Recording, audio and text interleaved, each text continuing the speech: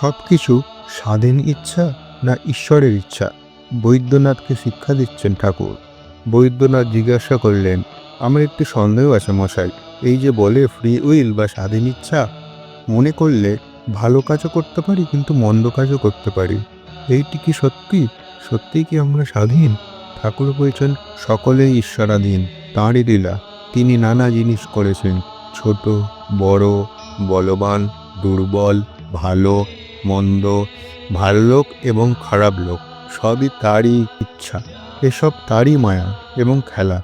এই দেখো না, বাগানে সব গাছ কিন্তু সমান হয় না। যতক্ষণ ঈশ্বরকে লাভ না হয় ততক্ষণ মনে হয় আমরা স্বাধীন। এ ভ্রম তিনিই রেখে দেন। তা না হলে পাপের বৃত্তি হতো, পাপকে ভয় হতো না, পাপের শাস্তি হতো না। যিনি ঈশ্বর লাভ করেছেন তার ভাব কি জানো? আমি যন্ত্র, তুমি যন্ত্রী। আমি ঘর, তুমি ঘরণী। আমি রথ, তুমি রথী।